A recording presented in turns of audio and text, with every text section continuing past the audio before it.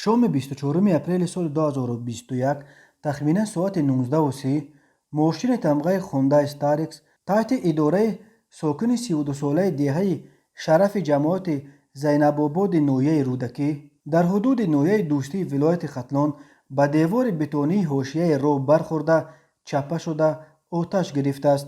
در نتیجه این صدمه 12 نفر جراحت‌های گوناگون برداشته در بیمارخانه مرکزی نویه دوستی بستری کرده شدند. 2 نفر آنها بر اثر جراحت‌های وزنین در بیمارخانه به هلاکت رسیدند. مرکز مطبوعات وزارت تندرستی و حفظ اجتماعی اهالی تاجیکستان خبر داد که در حال حاضر وضع سلامتی 10 نفر دیگر معتدل ارزیابی می شود. بنا به این منبع وزیر تندرستی تاجیکستان جمالالدین عبدالله‌زاده روز 26 اپریل در دایره سفر کاریش به نویه دوستی از این 10 زخمی صدمه استارکس در بیمارستان عیادت کرده با وضع سلامتی و جریان طبابت آنها شنا شده است. او همچنین به نزدیکان آسیب دیدگان صحبت کرده وعده داده است که وزارت تندرستی برای طبابت آنها تمام کوشش و تلاش‌ها را خواهد کرد. او به مسئولان بیمارستان سفارش‌های مشخص داده هشدار داده است که طبابت آنها باید پوره رایگان برآمانده شود.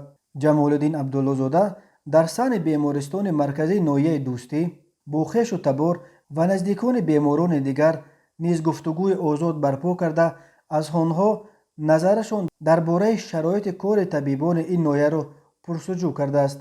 هر سال بر اثر صدمه ها در راه‌های تاجیکستان حدود 400 نفر جان باخته بیش از 1200 تن دیگر معیوب می شوند.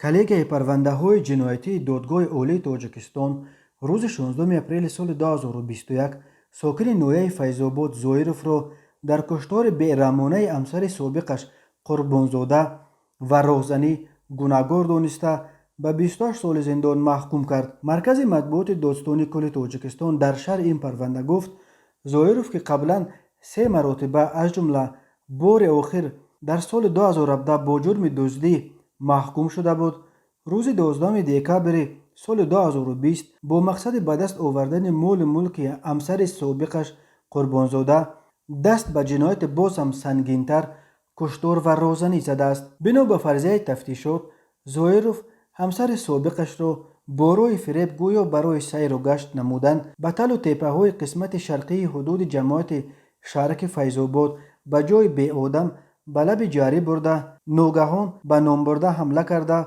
آخرین را از بلندی 6 متر به پایان تیله داده است که در نتیجه قربانزاده جراحت جسمانی برداشته امکانیت مقابلت نمودن را از دست داده است. در ادامه گزارش دادستانی گفته می شود که زویروف از این فرصت استفاده نموده با دستانش یک چند ضربه به سر و روی قربانزاده زده بعداً با روی مال در سرش بوده آخرین را بوغی و از حیات محروم نموده است. سپس زویروف از همیان قربانزاده مبلغ 5010 سومونی از دستش انگشترین طلایی با ارزش 400 سومونی و تلفن موبیلیش را با ارزش 150 سومونی تصرف نموده جسد نامبرده را زیر خاک نموده از جای حادثه غیب زده است.